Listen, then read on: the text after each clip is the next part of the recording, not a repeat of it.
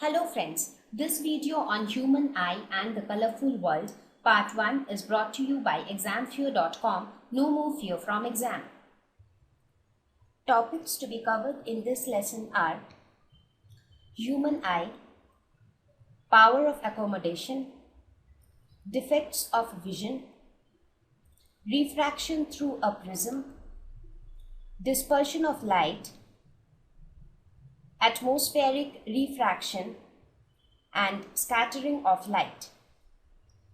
So in our previous lesson, we talked about some of the phenomenon shown by light, and mainly we talked about reflection and refraction of light. So here in this lesson, we will talk about some of the things which make use of these phenomena shown by light.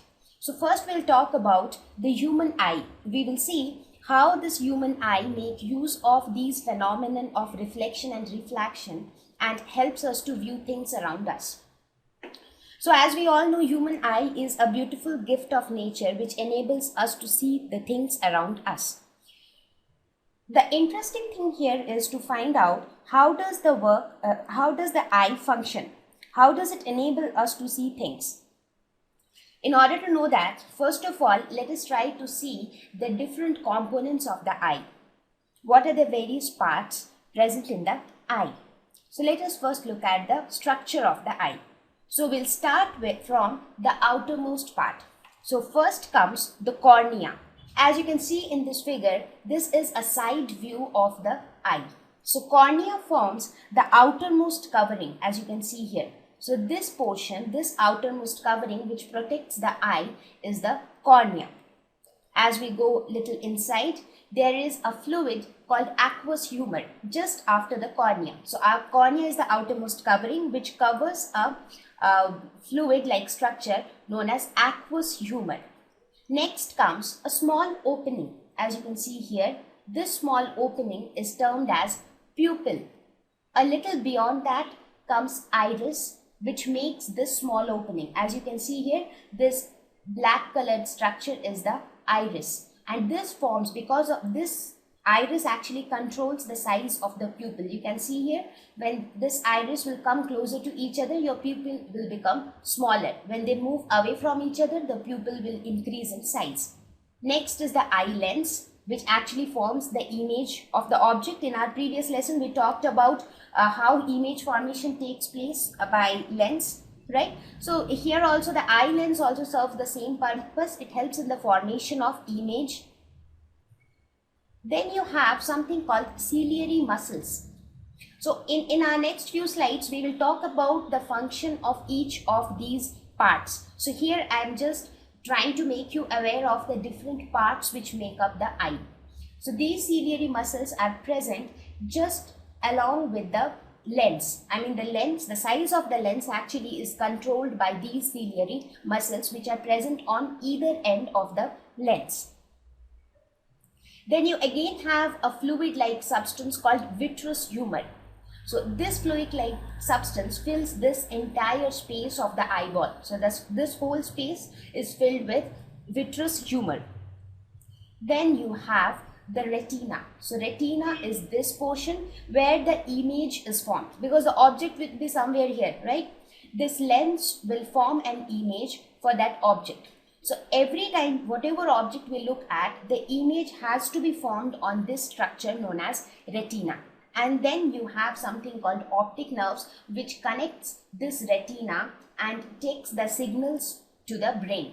So that is how whatever you see or whatever you view is carried away to the brain, and then you take appropriate actions for viewing. So now we will look at, now that we are aware of the structure of the eye, we will look at the functioning of each of these parts. Now let us look at the function of each of the components of the eye. So whatever components we discussed in the previous slide, we will see what is the function of each of them. So let us again start with the cornea. So what is the purpose of cornea? It is a thin membrane through which light enters the eye. Right, because it is the outermost membrane, in a way it protects the eye, right? So it is a thin membrane through which light will enter the eye. Next comes the aqueous humor. Aqueous humor is a fluid, mostly water, to maintain the correct pressure balance inside the eye. So this aqueous humor will maintain a correct pressure balance. And also, when light enters the eye, because of a change in refractive index, for example, let us suppose outside it is air, right? Inside, when it comes, this aqueous humor has a refractive index of its own. So there is a change in refractive index, so refraction of light takes place, right? Next is the pupil. What is pupil? Pupil controls the amount of light entering the eye. So if you see in this figure very clearly, pupil is you can imagine it like a door, right? For example, how is the door constructed in your house? Door is nothing but an opening in the wall through which people can come in and go out. Similarly, this pupil is also an opening through which light can enter inside the eye. Now, this pupil will control the amount of light entering the eye. It will neither allow too much of light to enter the eye, nor it will allow very less amount of light to enter the eye.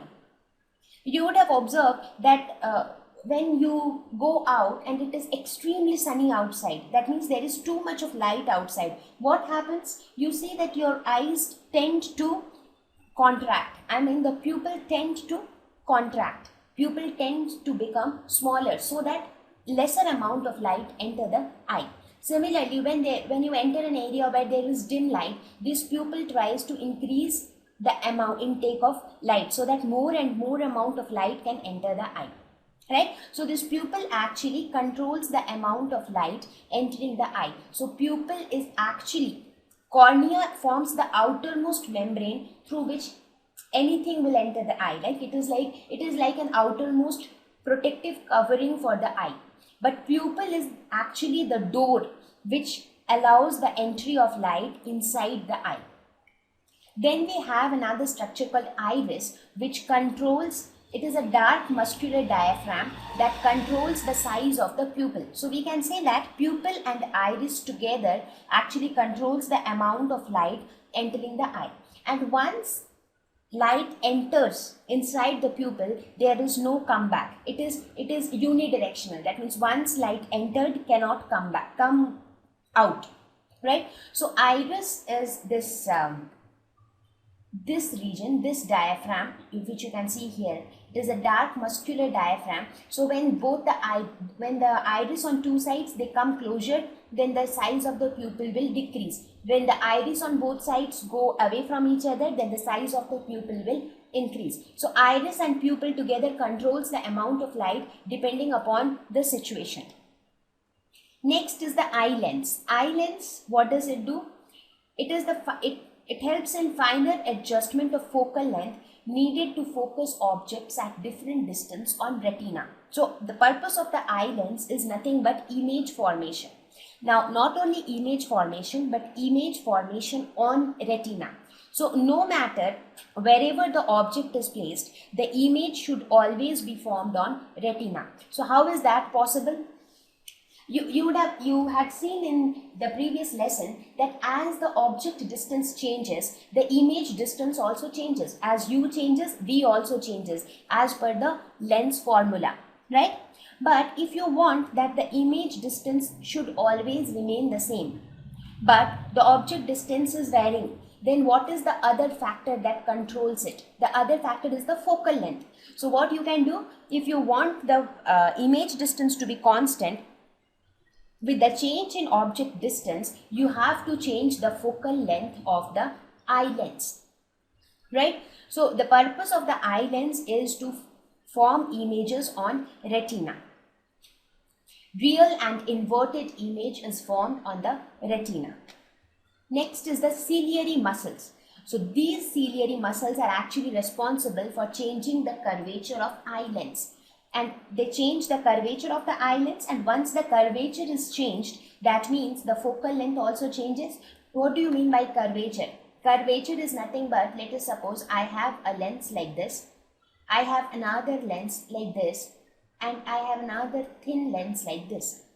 So what is the difference in all of these? In this, the curvature is intermediate. In this case, the curvature is more. and in this case the curvature is very less. So if the curvature is less, the radius of curvature will also vary. As the curvature of the lens changes, the value for radius of curvature also changes. If the value of radius of curvature changes, the value of focal length also changes, right? So by changing the ciliary muscles, where are the ciliary muscles present? They are present here. On either side of the lens, the ciliary muscles are present. So when the ciliary muscles contract, let us suppose these are the ciliary muscles. When they expand, the lens becomes thicker, right?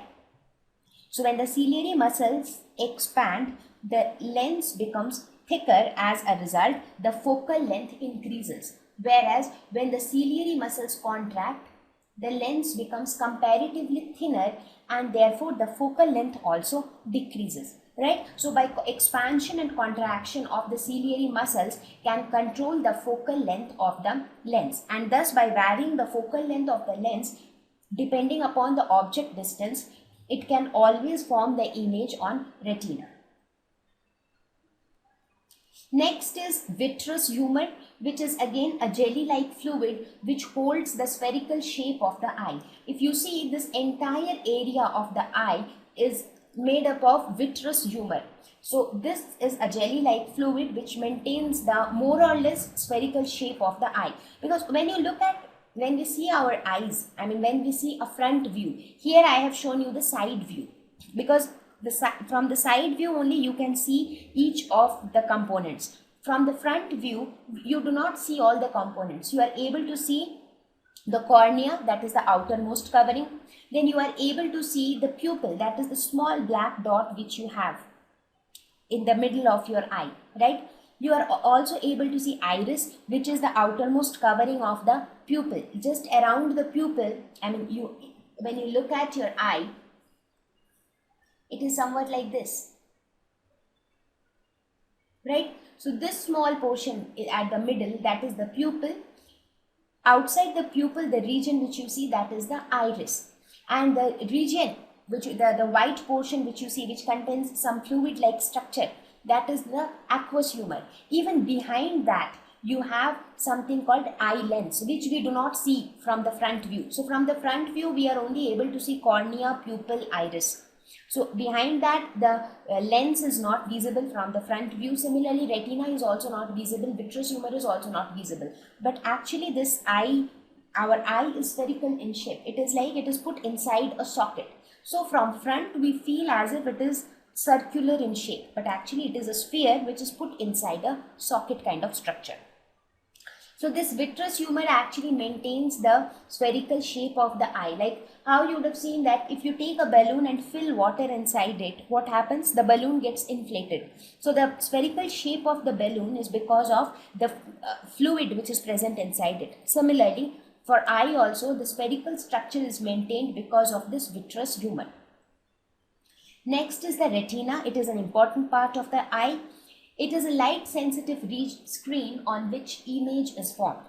So it is this retina contains light sensitive cells called rods and cones. So these are the components which constitute the retina. So on the retina, you have some light sensitive cells. What do? When a light is received on retina, they generate some electrical signals. So that means the light energy gets converted into electrical energy. So these rods and cones are nothing but receptors. They are receptors of light, and they generate electrical signals. And the retina acts as a screen where the image is formed. Now, what kind of image is formed by this lens which you see here? This lens forms a real and inverted image. But do you think that whatever we see before us, we see it inverted? We do not see it inverted, right? We see it erect. So how does the inverted image gets converted into an erect image? That happens because of these rods and cones. These rods and cones generate some electrical signals, and then comes the role of the optic nerves. The optic nerves send these electrical signals to the brain. So what happens? What does the brain do? Then brain receives those electrical signals, and they manipulate the signals and give an erect image. right? For example, I will give you an example. Let us suppose you are standing in front of a school, right? The purpose of your eye is to form an image of the object which you are seeing. So you are seeing the object school. What is the object that you are seeing? You are seeing a building, right? So the purpose of the eye is to form an image of that building. So it has formed a real and inverted image of that building on your retina. But what makes you feel, what makes you understand that this is a school or this is a building, that is done by your brain. So now this image is taken by the optic nerve to the brain, and then brain decides what is it that I am viewing. First of all, brain will convert that inverted image into an erect image. So you will be able to see, so now you are able to see an erect image. And brain also enables you to understand what you are seeing. That means, suppose if I am seeing something, I should be able to know what I am seeing. So that understanding comes only from the brain. So brain actually helps us to interpret what we are viewing. Correct? So I hope you understood how does an eye function. So eye consists of the cornea, which is a thin membrane which protects the entire eye. Light will enter through this membrane. After that, it will pass through aqueous humor, which is a fluid-like structure, and it has got some refractive index, because of which refraction will take place here. Then comes the pupil, which will control the pupil, which is surrounded by iris. So pupil and iris together will control the amount of light entering the eye. Thereafter, you will encounter the eye lens, which will form the image, because when light rays fall on this eye lens, image will be formed. So it will make sure that image is formed on the retina. So in order to make sure that the image is always formed on retina, there are ciliary muscles whose contraction and expansion will change the focal length of the lens. So the lens will change its focal length depending upon the distance of the object. Then comes the vitreous humor, which is a fluid-like structure that controls the spherical shape of the eye. Thereafter comes retina, where the image is formed, and also retina contains some light-sensitive cells called rods and cones, which generate electrical signals, which in turn are carried by the optic nerves to the brain, and brain thus helps us to interpret whatever we. So this is how our eye functions. Thank you. Please visit examfear.com to watch free educational videos, try free online tests, get the best quality study materials, study from the best tutors and mentors, and much more. Thank you once again. Hello friends, this video on human eye and colorful world part 2 is brought to you by examfear.com. No more fear from exam. So now let us look at the image formation by eye. So as I mentioned before also, where is the image formed? Let us suppose this is our eye. Let us suppose this is our eye, and this is the object which we are seeing. We are looking at this wall. So what kind of image is formed on the retina? A real and inverted image. Now this image which is formed, these signals are then carried by the optic nerves to the brain, and then brain interprets it, or brain transforms it into a erect image. Now focal length of the eye lens is varied by the ciliary muscles that I have already mentioned before. Now what happens to the eye lens when it views a distant object? Let us suppose if I am viewing a very distant object, that means the object is located at infinity, right? But I want the image to be formed at the focus. When object is located at infinity, where is the image formed? The image is formed at focus. Now in case of eye, I want the image to be formed on the retina. That means the distance of the retina from the eye lens should be equal to the focal length of the eye lens, right? So that means you have to change the focal length in such a way that the focal length of the eye lens is on that the principal focus of this lens is on the retina, so that the image is formed here, right? So for distant objects, what happens? The ciliary muscles get relaxed, so that when the ciliary muscles get relaxed, now when the ciliary muscles relax, what happens? The lens becomes thinner. and as a result, the focal length of the lens increases, and maximum possible focal length is retina, because that is the beyond that there is no eye. So the maximum possible focal length that is possible is retina. So the ciliary muscles relax as much as possible so that the focal length increases to its maximum value, and the maximum value is the retina. As a result, image is formed on the retina. Whereas in case of nearby objects, when we are looking at some nearby objects, the ciliary muscles contract. Now when the ciliary muscles contract, when these muscles will contract, there will be a push from both the ends because it is contracting. As a result, the lens will thicken. Now when the lens is thickening, what is happening? The focal length decreases. It is something like this. If your lens is thin, in that case, the curvature is less. This focal length is more. But if your lens is thick, in that case, if you look at the circle which is formed, so the focal length in this case is less. So that means a thick lens will have a lesser focal length as compared to a thin lens. Right? So in this case, what will happen? When the ciliary muscles contract, the focal length will decrease, and as a result, the image will be formed beyond the focal length, because now the object is little closer. So when the object is little closer, your image should be formed beyond the focal length. That is what we have studied, right, in our previous lessons. Correct? So what did we study? We have studied that when an object is at infinity, the image is formed at focus. And when the object is coming closer, the image is going away. That means the image should form beyond focus. So in this case, when you decrease the focal length by the contraction of ciliary muscles, so the focus will now shift closer. The focus will not be on the retina now. So the focus will be somewhere here or here. So now the image will be formed beyond focus, that is on the retina again. So this is how, by changing the focal length of the lens by expansion or contraction of ciliary muscles, we are able to form images of distant objects as well as close objects on the retina. Now let us talk about something called power of accommodation. What do I mean by power of accommodation? Ability of the eye lens to adjust its focal length to see both distant and close objects. That is called power of accommodation.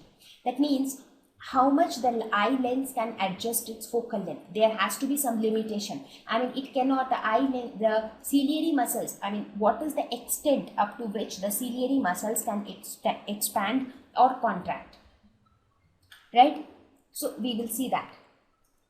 Now in this case, as I mentioned below, the ciliary muscles when ciliary muscles will contract, in this case what happens when the ciliary muscles contract, it forms a thin lens, and thin lens will have a greater focal length. As I mentioned before also, if you see, these are my ciliary muscles, right? So when these ciliary muscles try to come closer with each other, what will happen? It will try to make the lens thinner, right? So when the ciliary muscles contract, the lens becomes thinner, and a thinner lens has greater focal length. So your focal length increases. But what is the maximum value of focal length that is possible? The maximum value of focal length is this much value, which is the retina. It cannot be more than that. So that means there is a limitation to the contraction of ciliary muscles. There is a maximum value of focal length up to which the ciliary muscles can contract. So the ciliary muscles cannot contract beyond that. Similarly, when we talk about nearby objects, what happens? The ciliary muscles expand. So when the ciliary muscles expand, that means these muscles get relaxed, they move away from each other. So the lens is also allowed to become thicker. So a thick lens have decreased focal length, right? But in this case also there is a limitation up to which the ciliary muscles can expand. Since the ciliary muscles have a limitation of contraction and expansion, therefore there is a limitation for the eye that it can see. There is a minimum distance from which I can view things clearly, and again there is some maximum distance up to which I can view things clearly, because there is a limitation to the contraction and expansion of ciliary muscles. So when I talk about power of accommodation, I mean the ability of the eye lens to adjust its focal length so that it can view both distant objects and closure objects clearly. So that means it can accommodate both distant objects and nearby objects. That is why it is called power of accommodation of the eye. Now let us talk about the least distance of distinct vision. So when I talk about least distance of distinct vision, let me ask you something before that. Have you ever observed that if you take your book very close to your eye, are you able to read things? You are not. Again, if you take your book very far away from you, are you able to read things? No, you are not. Why does that happen? As I mentioned in my previous slide, that there is a limitation for the ciliary muscles to contract beyond which they cannot contract. So because of that, the focal length, the change in focal length or the focal length can also be decreased only to a certain minimum value. If you look at the previous slide, you can see that the ciliary muscles can contract. When ciliary muscles contract, the focal length increases. So the focal length can increase up to retina. So it can even view objects which are placed at infinity. But what about the nearby objects? For viewing nearby objects, the ciliary muscles has to expand. But there is a limitation up to which the ciliary muscles can expand. It cannot expand beyond that. So because of that, thank you. Please visit examfear.com to watch free educational videos, try free online tests, get the best quality study materials, study from the best tutors and mentors, and much more. Thank you once again. Hello friends, this video on human eye and the colorful world, part 3, is brought to you by examfear.com. No more fear from exam. Please make sure that you have watched part 1 and part 2 before going ahead with part 3.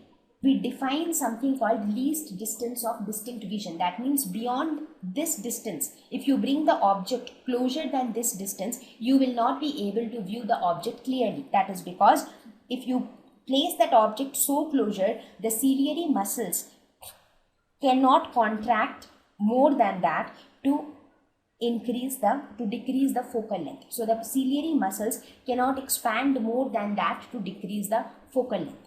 So we define it as the closest distance for which the lens can focus light on the retina.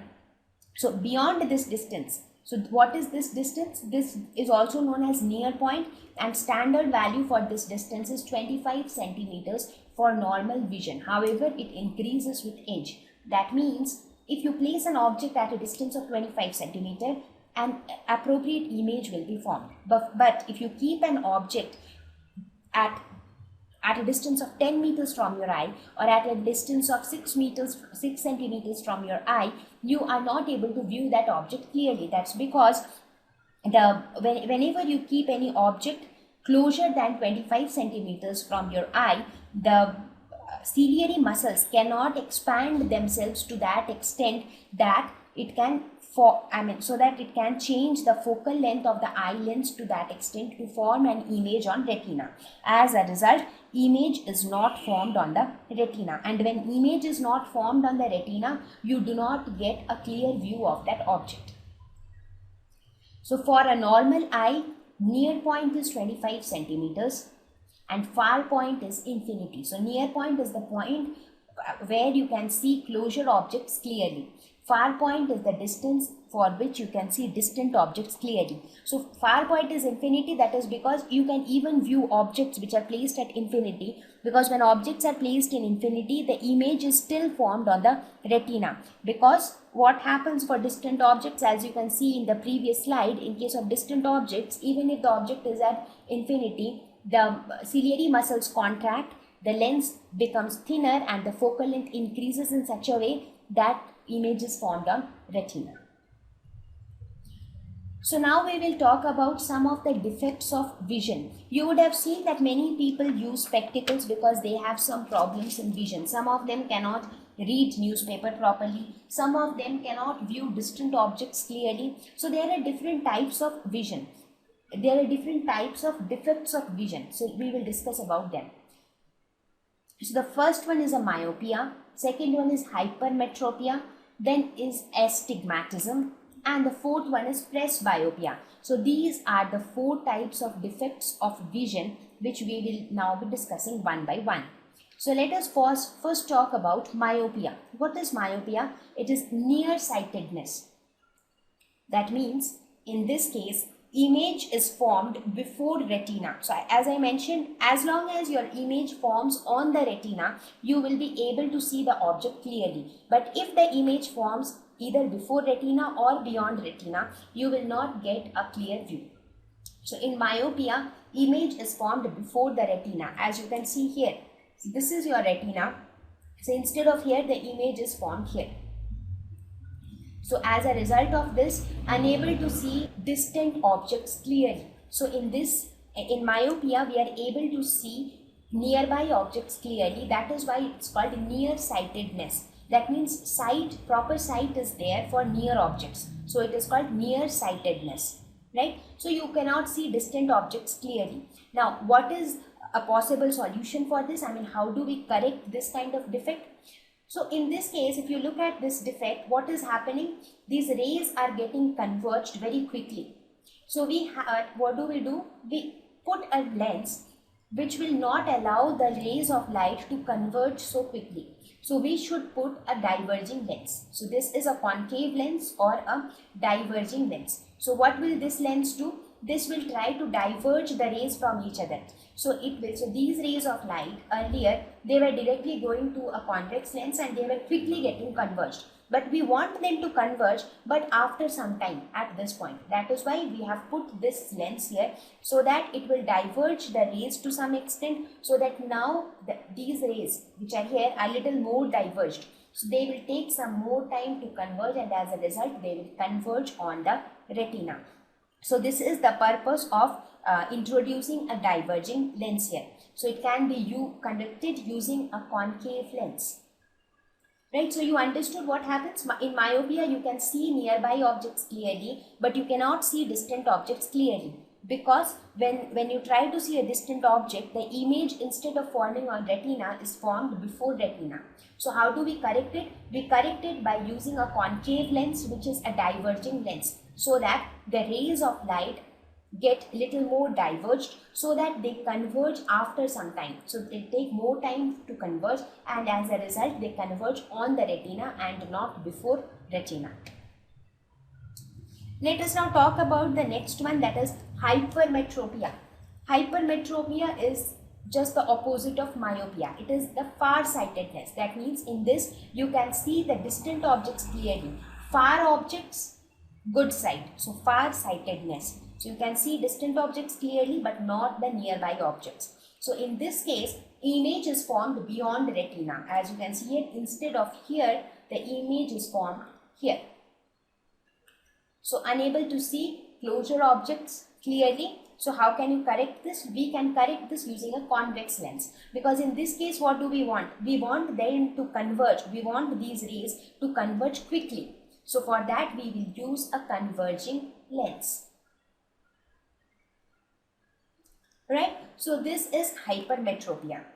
So many of you would have seen elderly people at your house would have any of these problems, because most of these problems start coming up with age. Next is astigmatism. This is a defect in which the cornea is not spherical in shape. So what happens as a result of that? There is a blurred vision. That means you are able to see everything, but things are not clear. Things are blurred. So how can you correct this? It is corrected using cylindrical lens of desired radius of curvature with appropriately directed axis. So for this you will use a cylindrical lens. See, for example, this is the object, right? It is a net kind of a structure. So if your cornea is not exactly spherical in shape, in that case you will see the image somewhat like this. That means you are able to see the image but not properly. So if you use a cylindrical lens, then this can be correct it. Since this defect arises due to the shape of the cornea, so therefore we are introducing a cylindrical lens so that it can compensate for the shape. Next is presbyopia. It is also a defect in which there is blurred vision. But in this case, there is blurred vision even at least distance of distant vision. At least distance of distant vision, that is for a normal eye, at a distance of 25 centimeter, you should be able to, your vision should be clear. You should be able to see the objects clearly. But presbyopia is a defect in which the vision is blurred even at least distance of distant vision. It generally appears at an older age. You would have seen the elderly people at your home that they generally complain of blurred vision as they grow older. That is because of presbyopia. Why does this happen? This happens because with increasing age, the eye lens, because eye lens is nothing but again a lens, right, end of the day. So this lens also loses its flexibility to increase or decrease its focal length, because the increase and decrease of the focal length of the eye lens is controlled by the ciliary muscles. So suppose a person who is living for some 90 years, so those ciliary muscles are functioning for those 90 years, right? So what happens? The flexibility of the muscles decreases. As a result, the flexibility of the lens to increase or decrease its focal length also decreases. And as a result of this, the vision is not very clear at an older age.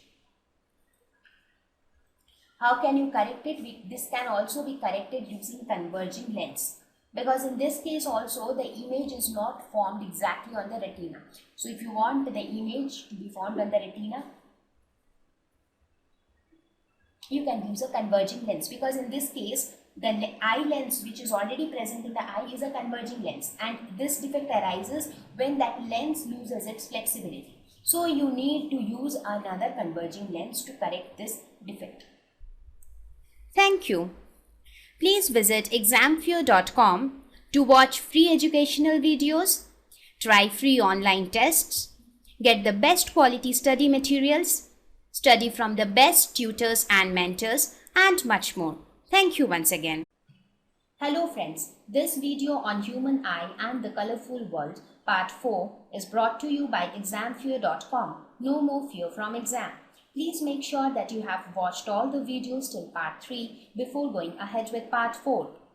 So with this we finish our topic on human eye. So we have seen how what is the structure of the human eye, how does each of the part of human eye functions, and what are the various types of defects of vision. So now we will talk about another new thing called prism. So we will see how refraction takes place by prism. In our last lesson we talked about refraction by lenses, right? We saw how refraction takes place by lens. Now we will see how refraction takes place by prism. So before that we should know what is a prism. Prism is a transparent optical element with flat polished surfaces that refract light. You would have seen these prisms in your school laboratories. It is made up of glass, but the structure looks somewhat like this. It has got two triangular surfaces and two other somewhat rectangular surfaces. So it has got two triangular surfaces and three somewhat rectangular surfaces, and all of them are transparent, and each of these surfaces are capable of refracting light. I am not talking about a reflection here, I am talking about refraction. So refraction here will take place because there is a change in medium, because this is made up of, the prism is made up of glass. So the change in medium is encountered when a light ray enters from air to the prism. That is, it changes its medium from air to glass. Similarly, when it goes out of the prism, it changes the medium from glass to air. Right? So now let us look at some of the terminologies related to a prism. So there are certain terminologies related to a prism. The first one is incident ray. So now we will see how refraction takes place through a prism. So here you can see this is the ray of light which strikes the prism. So this becomes my incident ray. Right? Then what happens? when this incident ray, when this ray of light enters from medium 1 to medium 2, this is made up of glass, right? So this has got a different refractive index. So what will happen? Refraction takes place. Since it is entering from a rarer medium to a denser medium, what will happen? The ray will bend towards the normal. So this is the normal because it is perpendicular to this surface. So now you see that instead of going like this, it bent like this. So this is my refracted ray. So this is the refracted ray. Then the third one is the emergent ray. That is the ray which comes out of the prism. Again, from here to here, the light ray is again moving from a denser medium to rarer medium. So it will undergo refraction. That is, the ray will move away from the normal. So this was the normal. So it moves away from the normal. So this is my emergent ray, right? Similarly, we have something called angle of deviation. What is angle of deviation? Angle of deviation is that angle by which the incident ray gets deviated because of the prism. Let us suppose if there had been no prism. In that case, what would have been the direction of incident ray? The incident ray would have gone straight like this, right? If there were no prism. Now since prism is there, what is the direction of the ray which is coming out of the prism? The ray is this one. So that means instead of this direction, now the ray got deviated to this direction because of the presence of this prism. So the angle formed by this emergent ray with the incident ray is known as the angle of deviation. So the angle by which the ray gets deviated, the incident ray gets deviated because of the presence of the prism is known as angle of deviation, and it is generally denoted by delta. There is something called angle of prism. Angle of prism is this angle. This angle of the prism is known as the angle of prism. So these are some of the terminologies which will be helpful as we go ahead and study more about prism. Right? So in prism, there is always an incident ray, a refracted ray and an emergent ray. The angle which the emergent ray makes with the incident ray is known as the angle of deviation. And every prism has an angle of prism which is characteristic of itself. Thank you. Please visit examfear.com to watch free educational videos, try free online tests, get the best quality study materials, study from the best tutors and mentors, and much more. Thank you once again. Hello friends, this video on human eye and the colorful world part 5 is brought to you by examfear.com. No more fear from exam. Please make sure that you have watched all the videos till part 4 before going ahead with part 5. So what do we mean by dispersion? Dispersion means splitting of light into its constituent colors. We all know that the white light which we see around us is not exactly white. It is made up of 7 different colors. So the splitting of the light into its constituent colors is known as dispersion. So whenever you pass white light through a prism, it gets dispersed into its constituent colors, and this is known as dispersion by prism. So here if you see in this figure, you can see that as white light enters inside a prism, what do you see? All its constituent colors come out from the other end of the prism. So the pattern of colors obtained is known as spectrum. So this pattern of all the 7 colors is known as the spectrum. Right? So now the question is, what causes dispersion by prism? Long back, Newton had performed one experiment with the prisms and white light. What he did, he'd made an arrangement as shown here. He took one prism and he made white light pass through the prism. What did he observe? He observed that the output from the first prism was the spectrum, that is all the constituent colors which are present in white light. Now he took another prism and placed it in front of this prism in this way, in the reverse way. So what happened? The spectrum, that is all the constituent colors, when entered inside this prism, when passed through this prism, what was the output? He obtained white light beam. So what did he conclude? So with this experiment, performed by Newton, the old myths they got an answer. Because in earlier days, people thought that whenever white light was passed through a prism, different colors were obtained. So people thought that there is something inside the prism which produced those colors. But that was not correct, because when Newton made this arrangement, if that would have been correct, in that case, in this case also, the spectrum should have been the output. But in this case, white light beam was the output. That means there is nothing extraordinary inside the prism. It is just that as the light passes through the prism, there is some behavior of the light which takes place when it enters a different medium. So what was that different medium which caused that dispersion by prism? Let us look into that in detail. So later, after this Newton's experiment was done, there was a scientist named Cauchy who performed some more experiments, and he did more further studies on this topic, and he gave a relationship between the refractive index and wavelength of light. So what did he say? He said that this prism, since it is made up of glass, it has got a refractive index of its own. Now, when this white light beam enters the prism, each color present inside the white light has a specific wavelength of its own, right? And he told that each wavelength is related to the refractive index by a formula. So what was that formula? That formula was popularly known as Cauchy's formula. It said that refractive index mu is equal to A plus B divided by lambda square, where A and B are constants and they are popularly known as Cauchy's constants, after the name of the scientist Cauchy. So from this, he told that refractive index is inversely proportional to the wavelength of light. So this is what Cauchy told. So what happened because of this?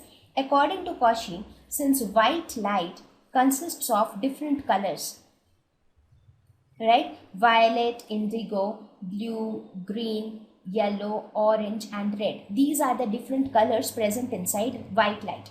Now if we talk about wavelength, the wavelength in case of violet light is minimum and the wavelength for red is maximum, right?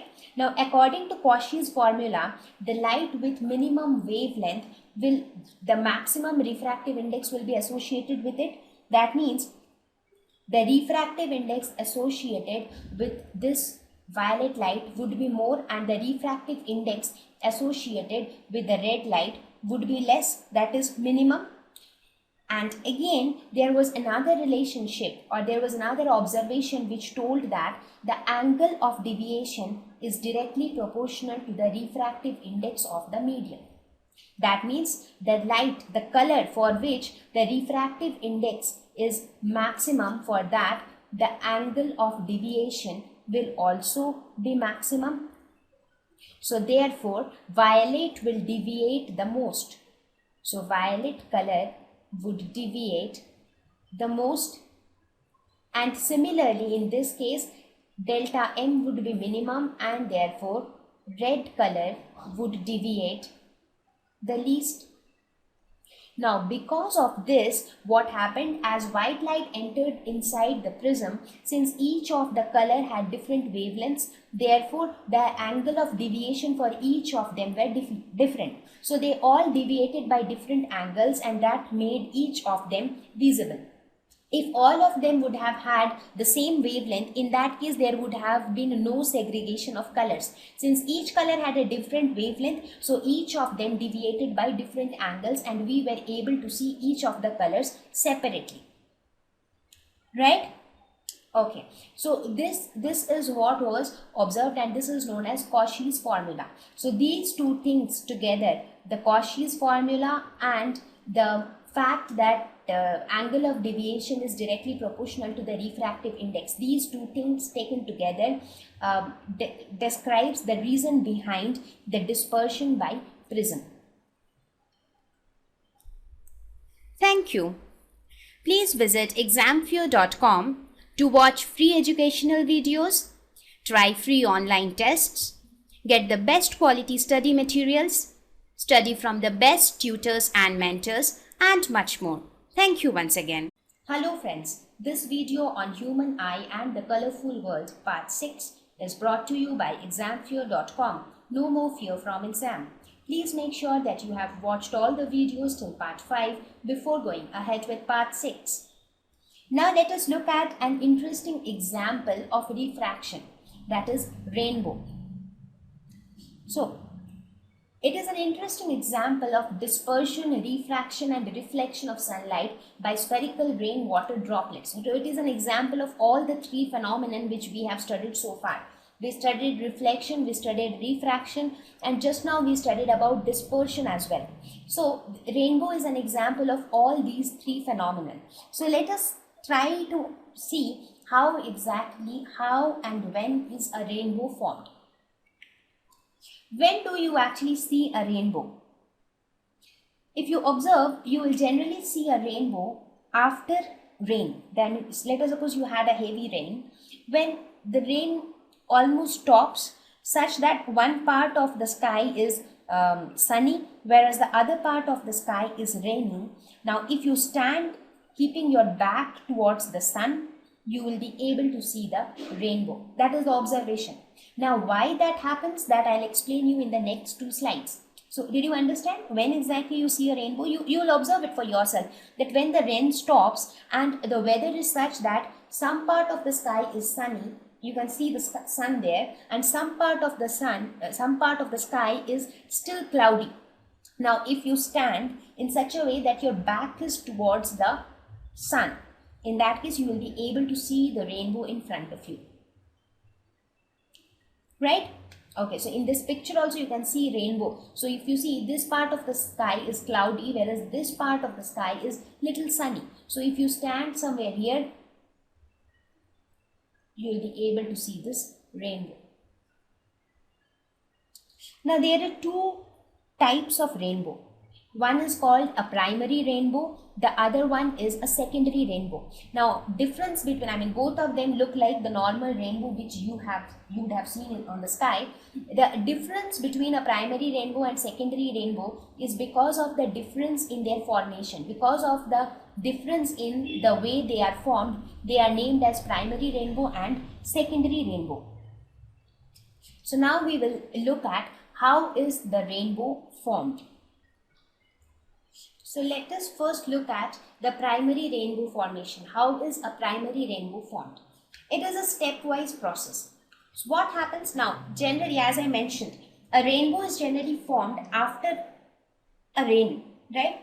So when there is a rainfall which had taken place, that means there will be some raindrops already present in the atmosphere, right? Some water droplets will be present in the atmosphere. Now what happens? And I also mentioned that it is formed only when some part of the sky is sunny. That means sunlight is present. So what happens when this sunlight enters the raindrop? Refraction takes place. As you can see in this figure, this is the sunlight which is entering the raindrop. So refraction will take place. Now sunlight is again white light. So as it enters the raindrop, it gets dispersed into the different colors. So you can see that the red end and the violet end get deviated by different angles because they have got different wavelengths and they are entering a medium of different refractive index, right? So refraction of sunlight takes place. In the next step, what happens? Total internal reflection of light takes place inside the drop. Now when they reach this boundary, what happens? Total internal reflection takes place. That means they get internally reflected and then they again come out from the other end. So what happens here again? Refraction of the reflected light takes place as it comes out of the drop, because again there is a change in medium, right? So what happened? While entering inside the raindrop, there was refraction. Inside there was internal reflection. When it strikes the boundary of the raindrop, it comes back, it bounces back. That is internal reflection. And then again when it comes out from the raindrop to the atmosphere, again refraction takes place. So as a result of this, what happens? Let us suppose if you are the observer. So let us suppose if you are standing somewhere here. So what do you see? You see the light rays which are coming out of the raindrop, right? For example, when I was talking about refraction through a glass slab, I told you that the observer always sees the emergent ray. That is, the observer always sees the ray which is coming out of the medium. So what is the emergent ray in these cases? These rays which are coming out of the medium are the ones which we see. So the observer sees the constituent colors, right? Because what was the input to the raindrop? Input was white sunlight, that is white light. But what was the output? Output is the spectrum of different colors, because now dispersion had also taken place. Right? So what does the observer see? Firstly, the observer see the dispersed light, that is, it sees all the 7 different colors, right, from all of the raindrops. So as a result, we are able to see a rainbow. So now you can understand that why do we see a rainbow after a rain? Because only after a rain you will have so many water droplets in the atmosphere. Why do we see it when one part of the sky is sunny? Because only then you will have sunlight, and sunlight and raindrops are the 2 necessary things for a rainbow formation. And why are you able to see a rainbow only when you stand keeping your back towards the sun? That is because if you see, sunlight comes from here and it falls on the raindrop, and then whatever is coming from the raindrop, if that reaches your eye, only then you will be able to see the rainbow. So if you stand in such a way that your back is towards these raindrops, that means you are facing the sun. In that case, you will not be able to see the rainbow, because these rays coming out of the raindrops will not be able to reach your eye. Right? Let us now look at the formation of secondary rainbow. Let us see what is different in case of secondary rainbow. In case of secondary rainbow also, refraction of sunlight takes place as it enters the raindrop. Internal reflection also takes place. So here if you see, this is how the sunlight enters. This is how internal reflection takes place. But in this case, internal reflection takes place inside the drop for the second time. So it is something like there are somewhere internal reflection will take place only once, somewhere internal reflection will take place twice. But however, the rainbow which you see will remain the same. There is no difference in the view of a primary rainbow and a secondary rainbow. It is just that since in the formation of a secondary rainbow, the internal reflection inside the raindrop takes place twice, so it is known as a secondary rainbow. And again, when it comes out of the drop, refraction takes place, as again there is a change in medium. So rest everything remains the same. It is just that in case of a secondary rainbow, the sunlight enters the drop in such a way that it strikes the boundary of the drop twice and bounces back. So internal reflection inside the drop takes place twice. So that is the only difference. So I hope you are able to understand that when is a rainbow formed, why is a rainbow formed at that time, and how is a rainbow formed. Thank you. Please visit examfear.com to watch free educational videos, try free online tests, get the best quality study materials, study from the best tutors and mentors, and much more. Thank you once again. Hello friends, this video on human eye and the colorful world part 7 is brought to you by examfear.com. No more fear from exam. Please make sure that you have watched all the videos till part 6 before going ahead with part 7. So with this we will conclude our topic on rainbow, and now we will look at something called atmospheric refraction.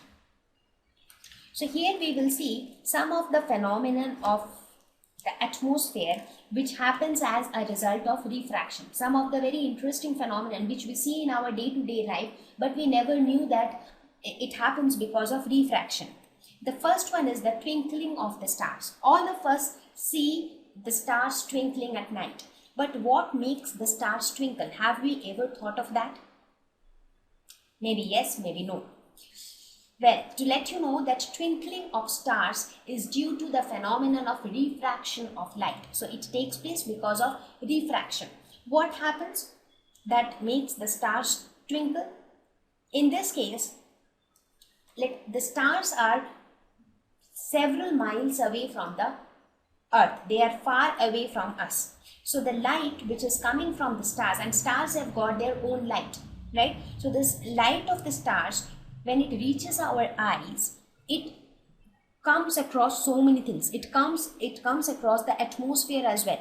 And this atmosphere consists of several particles, right? I mean, in the atmosphere, you have so many things, right? And because of the presence of so many things, the atmosphere has got a different refractive index. Now, when this light passes through so many layers of the atmosphere before reaching our eye, what happens? Refraction takes place because it keeps entering from one medium to another medium. Now, because of this refraction, what happens? There is a shift in the position, as I mentioned before also, right? Remember the topic on refraction through a glass slab. What happens? A lateral shift takes place. That means when refraction happens, there is a lateral shift of the emergent ray from the incident ray. That means the ray which enters our eye gets laterally shifted from the actual position of the object. Now in this case, since the refraction occurs several times, for example, when this ray enters from this medium to this medium, refraction takes place, right? So maybe the emergent ray reaches your eye here. So you feel that the object is here. Now again, when this particular ray is entering from this medium to this medium, again refraction is taking place. As a result, maybe the ray which is reaching your eye is here. So you feel along the line of sight of this emergent ray that the object is here. Again, it enters the other medium. So since the number of refraction which is experienced by the light is too many, so too many times refraction takes place, so therefore we are able to see too many apparent position of the stars. Now, so sometimes we see that the star is here, again we see the star is not there. Like too many apparent position means, let us suppose at one instant we see that the star is here, in the next instant we see that the star is here, again on the next instant we see the star is here, again on the next instant we see that the star is here. So then what happens? This effect is seen like twinkling. That means sometimes you see the star here, sometimes here, sometimes here, sometimes here. Since all these positions are very nearby, so this effect is actually seen as twinkling of the stars. So twinkling of stars is nothing else. It happens because of multiple refraction which is experienced by the light to reach from the stars to the eye when it crosses so many layers of atmosphere. And whenever refraction takes place, there is a lateral shift involved, because of which we never view the actual position of the object. Instead, we are able to view the apparent position of the object. So similarly, there is another atmospheric phenomenon which we see, and which is because of refraction, that is advanced sunrise and delayed sunset. Sun is always visible to us 2 minutes before the actual sunrise and 2 minutes after the actual sunset, because of atmospheric refraction. Now what is atmospheric refraction? You understand, atmospheric refraction is nothing but the refraction which takes place because of the different refractive indices of the atmosphere. Because of the presence of atmosphere, when refraction takes place, we call it as atmospheric refraction. Now what is sunrise? When sunrise takes place, as the sun rises, let us suppose if this is the horizon, so whenever the sun comes above this horizon, we say that sunrise has taken place. Whenever sun goes below this horizon, we say that sunset has taken place. So why does it happen that even before the actual sunrise takes place, we are able to view the sun? That is again because of refraction. What happens? Let us suppose right now the sun is here. That means the sunrise has not yet taken place. So the sun is here. Now the light rays from this sun reaches our eye, crossing the layers of the atmosphere, during which refraction of light takes place. Therefore, the light ray which finally reaches your eye after all refraction is somewhat like this. It gets bent here and there. And then again, the light which reaches your eye, you see along the line of sight of that emergent ray. So as per your line of sight, you are able to see the sun somewhere here, right? So even though the sun is here, but you are able to see the sun to be here. That means right now, has the sunrise taken place actually? No. But are you able to see the sun above horizon? Yes. So that means what if for you sunrise has taken place? So that is why we are able to view the sun 2 minutes before the actual sunrise takes place. Similarly, the same thing happens for sunset also. After the sun goes inside, I mean it goes below the horizon, that means actually sunset has taken place. But still when the rays reaches our eye, it reaches in such a way that we are able to see the sun here. That means we are still able to see the sun. That means even after actual sunset has taken place, we can still see the sun for another 2 minutes. So this advanced sunrise and delayed sunset is because of the phenomenon of atmospheric refraction. Thank you. Please visit examfear.com to watch free educational videos, try free online tests, get the best quality study materials, study from the best tutors and mentors, and much more. Thank you once again. Hello friends, this video on human eye and the colorful world part 8 is brought to you by examfear.com. No more fear from exam. Please make sure that you have watched all the videos till part 7 before going ahead with part 8. So now we will talk about, so far we have talked about reflection, refraction and dispersion. Now we will talk about another important and interesting phenomenon shown by light, and that is known as scattering of light. So let us see what is scattering of light. It is the phenomenon of spreading of light as a result of collision with particles of medium. So scattering takes place when light collides with the particles present in a medium, and as a result light gets spread. So the most important example or the most common example of scattering of light is the blue color of the sky. We all can see the sky as blue. That is because of the scattering of light.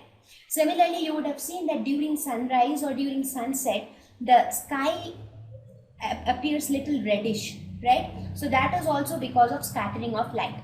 Now let us first understand what is scattering. So when we talk of scattering of light, it is good to talk about Tyndall effect. Tyndall effect is an example of scattering of light by colloidal particles. So there are different types of scattering phenomenon, that something like Rayleigh scattering and all those stuff. But for you, at this level, we will only talk about Tyndall effect. So what is Tyndall effect? It is also a scattering of light. That means this also happens due to collision with particles of the medium. But in this case, the collision happens with colloidal particles. So what are these colloidal particles? So again, we got a new term. So let us first understand what are colloidal particles. So in order to understand colloidal particles, we will first have to understand what are colloids. So what are colloids? They are actually homogeneous looking heterogeneous mixture. I am sure all of you know what is homogeneous and what is heterogeneous. Homogeneous is a mixture where all the components are uniform throughout. That means the liquid is uniform throughout. Whereas heterogeneous means the substances which are mixed together to form that mixture, they are separable, they are distinctly separable. So that is a heterogeneous mixture. You would have studied about homogeneous and heterogeneous in your chemistry, right? So colloidal, I mean, when we talk about a colloidal solution, it looks homogeneous, but it is actually heterogeneous. So in this, particles are dispersed in a continuous medium. So one of the common examples of colloid is milk. So when you look at a glass of milk, you feel that it is a homogeneous mixture because it looks uniform. But if you use a very powerful microscope and look at the same glass of milk, you would be able to see the particles present inside the milk. So that is why we call such mixture, we do not call them heterogeneous, we call them as colloids. Colloids or colloidal solutions. So we call them colloids because they look homogeneous, but actually they are heterogeneous. But their heterogeneous form can be seen only with the help of a powerful microscope. Another example is blood. Blood also looks uniform and homogeneous, but actually it is heterogeneous. So the size of the colloidal particles, so the particles which are present in these colloidal solutions are called colloidal particles, and the size of the particles are extremely small. It is in this range, 10 to the power minus 9 to 10 to the power minus 7 meters. So it is that small. So now that we know what are colloidal particles, it will be very easy for us to understand Tyndall effect. So Tyndall effect is scattering of light by colloidal particles. That means by extremely small particles. the color of the scattered light depends on the size of the scattering particles. I mean, which color of light will get scattered, it depends on the size of the scattering particles. If the scattering particle is very small in size, it will scatter only small wavelengths. If the size of the particle is big, it will scatter bigger wavelengths. So small particles scatter smaller wavelengths and bigger particles scatter larger wavelengths. This is very important to remember because this forms the base of all the scattering phenomenon which we see around us. So one of the beautiful examples of Tyndall effect is, you would have seen that light rays enter even inside a dense forest. Even inside a forest like this, light rays are able to enter inside the forest. How is that possible? That is because of the small particles which are present in the atmosphere. Light collides with those small particles and it gets scattered, and that is how light enters even inside such a dense forest. And you are able to see the beam of light. If you look at, if you visualize this situation, you'll be able to see that you are able to view the beam of light. Sometimes even if, sometimes let us suppose even if you are sitting in a room, and it is very sunny outside and you have a very extremely small hole on your window and you see that light rays coming through that small hole. In that case, you will be able to see the exact beam of light. You could see those small particles in that small beam of light. Have you ever observed that? Right? If you have not, you try this out. You see that when light enters through a very small hole in your window, you are able to view the path of that light. You are able to view the path of that light, and you can also see the small particles present in that beam of light. So this is known as Tyndall effect. That is, the particles present in the atmosphere, if those particles are very smaller in size, they will scatter only smaller wavelengths. If they are bigger in size, they will scatter bigger wavelengths. If the particles are big enough, they can even scatter white light because it has got high wavelength, right? Okay, so it was all about Tyndall effect. Now let us see, why does the sky appear blue? Why is it that it appears blue? Now, in this case also, what happens, the atmospheric particles which are present are extremely small in size as compared to the wavelength of white light, right? Because normally whenever we talk about light, we talk about white light. So the atmospheric particles are very small in size. Now, just now I told you that if the particles are smaller in size, they will scatter smaller wavelengths, right? Now, if you look at the spectrum of white light, you would see that the red end of the spectrum, that is red, orange, yellow, that end of the spectrum has comparatively larger wavelength as compared to the blue end of the spectrum, that is violet, indigo, blue. So that end of the spectrum has smaller wavelength. So therefore, these small particles of the atmosphere scatter smaller wavelengths. So they scatter the blue end of the spectrum, and the red end of the spectrum is not scattered. As a result, the sky appears blue because the factor which is responsible for the blue color of the sky is the small size of atmospheric particles. Had there been no atmosphere, let us suppose if there is no atmosphere present, in that case, what would be the color of the sky? If there is no atmosphere present, in that case, there would be no atmospheric particles. So there would be nobody to scatter the light. So as a result, in that case, the sky would look dark. There would be no color of the sky at all. Right? Thank you. Please visit examfear.com to watch free educational videos, try free online tests, get the best quality study materials, study from the best tutors and mentors, and much more. Thank you once again.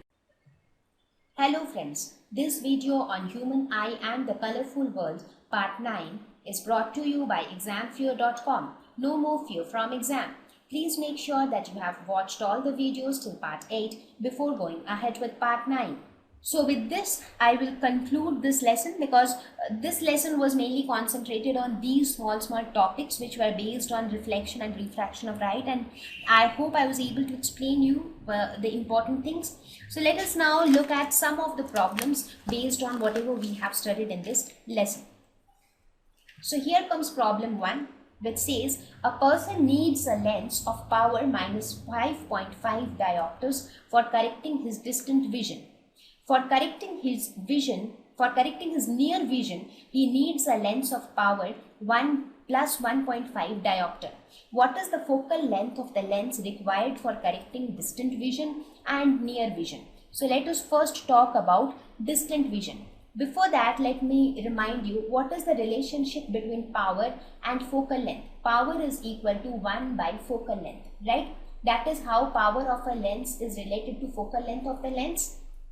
Okay, so for the first part, that is for distant vision, it says that the power of the lens is minus 5.5 diopters. Therefore, focal length of this lens will become 1 divided by power. So 1 by minus 5.5. So this becomes equal to minus 0.181 meters. So this would be the focal length of the lens required for correcting distant vision. Similarly, for near vision, power is given as plus 1.5 diopter. So the focal length in this case will again become 1 divided by P, that is 1 divided by 1.5, which comes out to be 0.667 meters. So this would be the focal length of the lens for correcting near vision. Let's look at problem 2. It says the far point of a myopic person is 80 centimeters in front of the eye. What is the nature and power of the lens required to correct the problem? So what is the problem that the person is having? It is myopia. What is myopia? It is nearsightedness. That means you can see nearby things clearly, but you cannot see distant objects clearly. Right? So the problem is that you cannot see distant objects clearly. So that means in this case, the object is at infinity, because nearby objects you can already see clearly. So we do not need any lens for that. So for what condition we need a lens? When object is distant. That means when the object is located at infinity. So we will see that u is equal to infinity. And what is the far point? That means the maximum distance for which the person can see the image of the object, that is 80 centimeters. That means V is given as 80 centimeters, right? Now we have to calculate the power of the lens. So in order to calculate power, you will have to calculate the focal length. So once you calculate focal length using the lens formula, you will be able to calculate power, right? So now let us use the lens formula. So what is lens formula? It is 1 by V minus 1 by U is equal to 1 by F. Now let us remember, this is our eye and this is my eye lens, right? So what happens in case of myopia? In case of myopia, the light rays entering inside the eye forms the image much before the retina. Instead of forming the image here, it forms the image here. Right? So this is the problem of myopia. So in this case, your object is somewhere here and your image, where is the image formed? The image formed is real and inverted, and you are able to, the image is formed here. That is a real and inverted image, but it gets interpreted by the brain. So your image is formed on this side. So you will put this as minus 80 centimeters. So using this equation, you can say that 1 by V is equal to 1 by infinity will be 0. So this will be equal to 1 by F. So from this we can say F is equal to minus 80 centimeters. So this would be the focal length of the lens. Because what kind of lens we need to incorporate in this case? We would need a concave lens. This should be the lens, because concave lens is the one which will diverge the beam of light and make them converge on the retina. So we will be using a concave lens. Correct? So for this concave lens, what do we know? In case of any concave lens, the image is formed on the left hand side. the object is also on this side and the image is also formed on this side. That is true for any concave lens, right? Your u is also negative and v is also negative for a concave lens. So your v was negative and you get your focal length as minus 80 centimeters. So once you get the focal length, you can calculate the power of the lens as 1 by f, that is 1 by minus 80, which is equal to minus 1.25 diopters.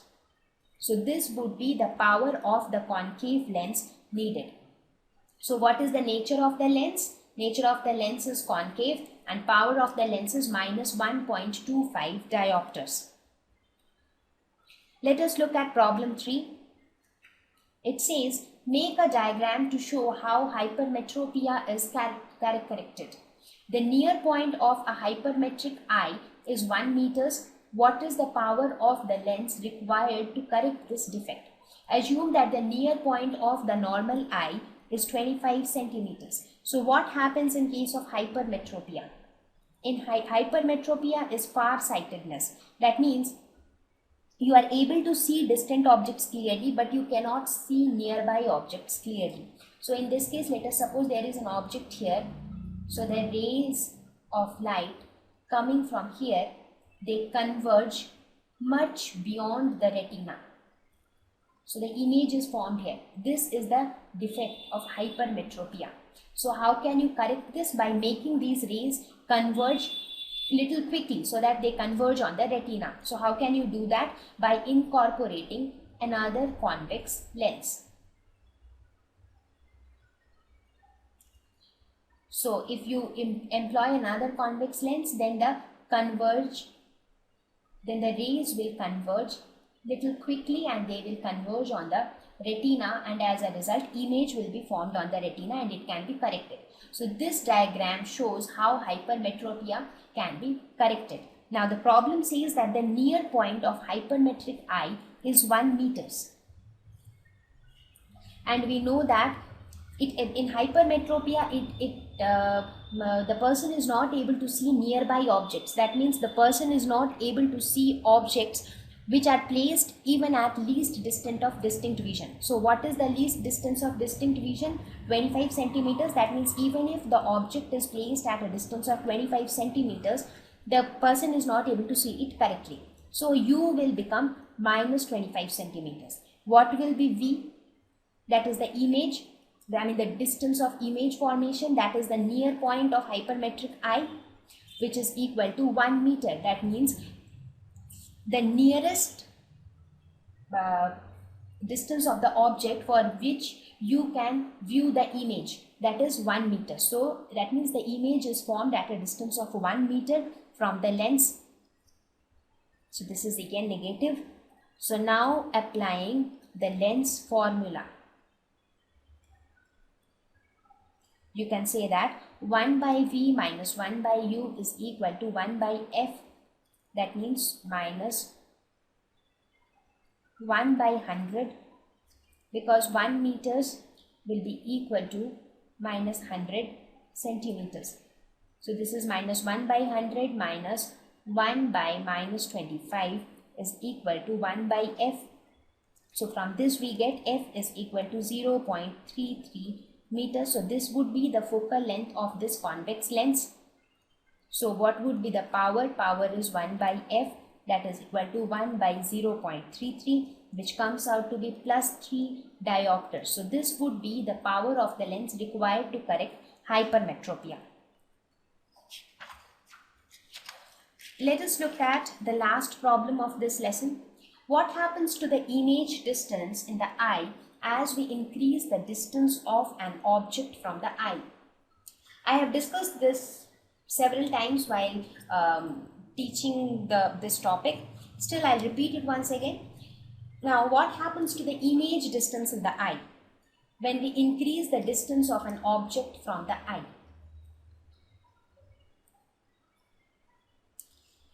See, the image distance in case of eye always remains on the retina. That is, the image always is formed on the retina. So there is no change in the image distance. What changes is the focal length of the eye lens. And how is the focal length changed? The focal length is changed by the contraction and expansion of these ciliary muscles. So when the ciliary muscles contract, ciliary muscles come closer to each other, it makes the lens thinner. When the lens becomes thinner, the focal length increases. And when the focal length increases, we are able to view distant objects. Similarly, when the ciliary muscles expand, it thickens the lens. As a result, the focal length decreases and therefore we are able to view nearby objects, because for nearby objects, the image is formed beyond focus. So therefore, in this case, focal length increases, so focus shifts inside. So therefore, beyond focus means the image is formed somewhere on the retina. So please, this is the key concept of the functioning of the eye, that how image formation takes place in eye.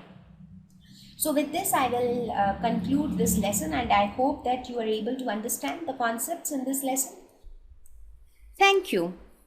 Please visit examfear.com to watch free educational videos, try free online tests, get the best quality study materials, study from the best tutors and mentors, and much more. Thank you once again.